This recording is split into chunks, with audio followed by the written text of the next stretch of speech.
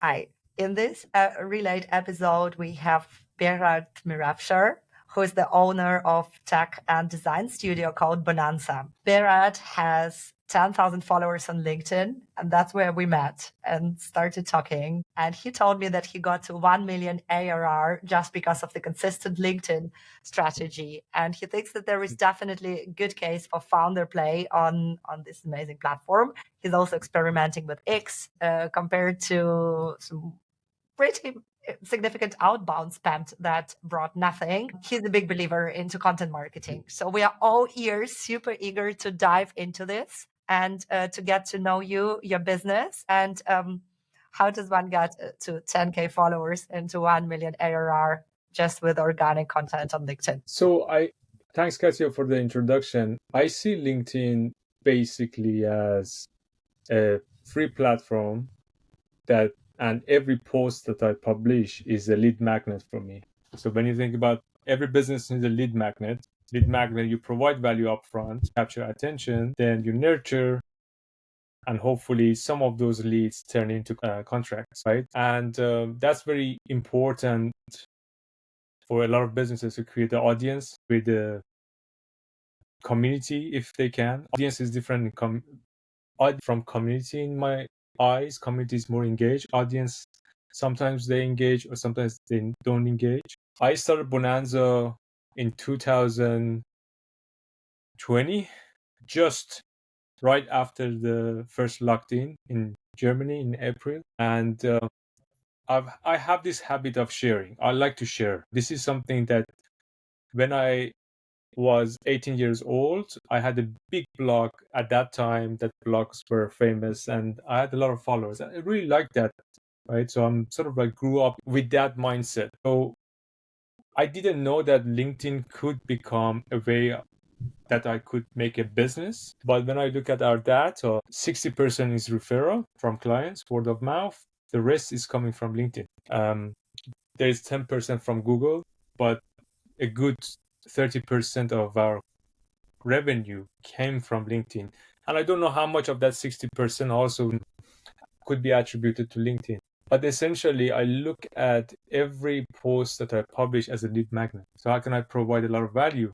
How can I say something that is unique to my business, unique to my experience? Because that's my differentiation. That's my moat amongst all the gurus on LinkedIn and all the folks that publish posts on a daily, bi-daily basis. So I want to stay really true to my own journey, create value up front, and see how it resonates. How many followers did you have when you started Bonanza and during the first lockdown?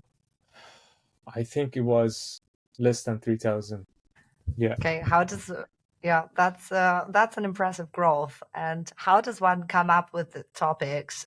So you had a blog. The blog was on design, product. What That was your was blog long about? time, me just writing things. Okay, so you are a good writer. This is the skill you obviously have: how to captivate, how to hook the audience and get their attention. I don't call myself a good writer. I am practicing writing. I think that's much better because I don't think it's something that you need to always practice. Even the most famous writer that write best-selling New York books, they have this habit of writing 2,000, 3,000, 5,000 words per day, regardless whether they like the day or not. They feel good about themselves on that day specifically. I think writing, the skills of it doesn't come around easily, and you need to always maintain it. Yeah, you have to practice everything. So what would you say, what are the content pillars that you're using to create this magnet and the hook? Is it building in public? Is it inspiring stories? Yeah. So I use different content pillars, and I don't have a system written on the paper. But essentially, build in public is very key, especially for founders. If you don't do it, you are missing out a great opportunity. Even your failures, we couldn't raise a fund. We got rejected by Y Combinator, or our revenue got dropped last quarter. These are really valuable lessons. And look, you are a public company. So people can dig up your numbers. Why don't you own your numbers and talk about it?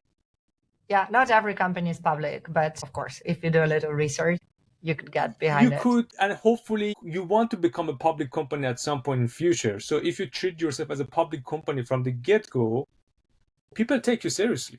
I actually agree. pay more attention to founder stories that were not bubbly and happy and just, hey, we made this mistake, we failed this, our revenue got you. Actually read those posts from top to bottom, because it's unique posts, right? Building public is very, very crucial, especially for founders, I would say. I'm doing it too. I'm talking about my mistakes. I'm going to write a post that, hey, our revenue dropped last quarter. It's my business. I've been in this business for 4 years. It will happen to anyone. Your revenue will drop at some point. So you need to be relaxed about it. Don't be insecure. Second thing is your personal story, personal, hero journey. Some founders, they don't want to get too personal. I'm on that camp. But if you do boxing, and that's how you can get relaxed, why don't you create a post about it? It's your passion. It's not about your family. You can talk about it. So I think about your hero journey. So we are a product studio. We have certain offers. We offer web development. We offer app design and launching apps. Then a core part of my content center around those services too, right? So I use these three different content pillars: building out in public, my hero journey, and post about our services. But I don't say that, hey, we launch your apps in 4 weeks, although the offer is fantastic, but I rephrase it and write it in a ways that could resonate with the founders' challenges, struggles right now. You always want to lead with pain. Then you can put your offer forward next. So lead with pain, talk about the pain point of your ICP, then connect it to your services. So it's empathy and putting yourself into your audience's shoes when you craft content. What would you say, what is the most time consuming part? Is it coming up with these ideas for the three content pillars? Is it writing them down, formatting the post, scheduling, tracking the performance, engaging? Oh, wow. I think all of them. That's a really good question. I think a way to organize my content for the next weeks. It's very, very time consuming to think about what I'm going to write this week. I was thinking to hire someone to just lock in with me for 1 hour and say, hey, Behrad, what are you going to post next week? Let's organize it. So I hope Content Brother does something to provide experience like this. Repurposing is huge. We're on it. X is Yeah, growing. we're on it. X is growing. Is one of it's the most engaging platform right now, beating Facebook, Instagram, LinkedIn all combined. So it's a waste of opportunity to not be on X. But if you listen to Gary Vee, he said, like, you need to be in all platforms. But founders, especially product founders, they need to build things. So it's really difficult to maintain one, let alone two. So repurposing would be fantastic. I talked to you about it closely as well, but a way to give us insight into trending topics. If I'm writing about app development, maybe every week you send me 20 different trending topics on X or LinkedIn. People talk about these things. For example, there was this product management book released last week that every product manager was talking about it. So if I can get to hear that first, I can get ahead of that curve and put my post up front of my audience faster. It's always about, especially when it comes to trending topic, who publishes the post faster. So that would be another area. Yeah, you can ride the wave of the trend. And what are you currently using to speed up your content efforts? So as far as I understood, you write as you go sometimes, but you wished for a more structured approach. What is your current tool stack? What do you think it would be in the future if you could, you're designing MVPs and helping others to launch these futuristic startup ideas. What would be your dream tech stack for what you're doing pretty successfully? My process of writing is that I have a topic in mind. For example, we need to write a post about our app launch offer. I write the post in a Node tool, then I move it to ChatGPT to fix the grammar. I have a prompt that fixes the grammar. Then I move it to LinkedIn to post it. Then I have to move it to Twitter to repost it. And this is one of what goes into Twitter algorithm, X algorithm versus LinkedIn algorithm.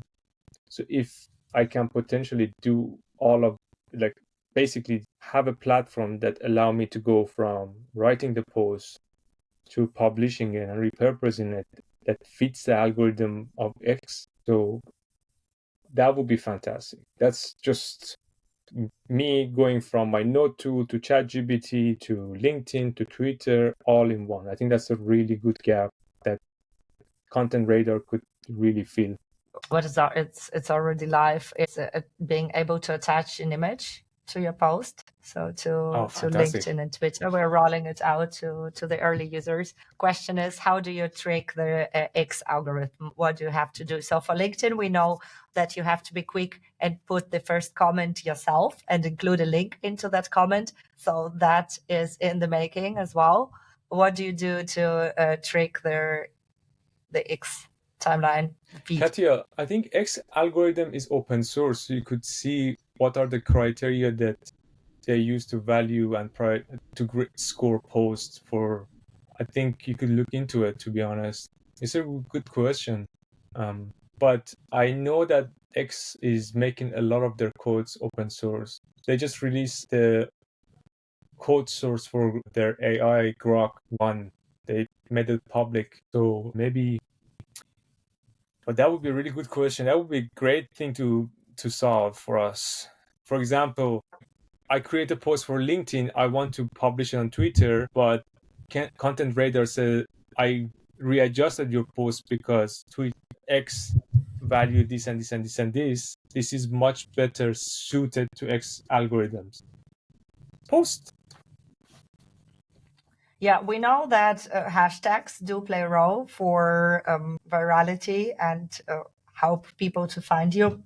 We've been building X integration, a very basic one, and one of our developers was testing how it works with hashtags. And he took the Elon Musk, SpaceX, NASA story that was in the press a couple of weeks ago. And then he got followed by a NASA veteran and space cadet who also added him on LinkedIn. So yeah, you can reach anyone if you use the right hashtags. That was the learning we've discovered. But we will keep digging for sure. So I agree with you. The marketing tech stack of the future for the founder play on LinkedIn and X would definitely be some coaching on trending topics, on how to write it better, repurposing for creating a perfectly formatted post for LinkedIn and Twitter, and probably also being able to track what's working and what's not, a bit of an attribution element. I would benefit from that insight so much because I have to go through the LinkedIn posts that I published in the past 3 months, look at every post, then create a dashboard in my brain and analyze which one performed the best. And I would love to have a dashboard to say, hey, Behrad, these posts were working really well. You need to post, just like give me insights. Because, depending on my persona and what I've done and my credibility and what I do, certain posts fits better to my persona than the other posts. If, I have overview about what works for me, what doesn't work for me, that would be fantastic. I think personalized and nicely packaged insights are always good. It has to be there. Thank you so much, Behrad, for sharing how you're doing it. It's very impressive. And we look forward to staying in touch and to keep developing the product together with you. I'm a big fan.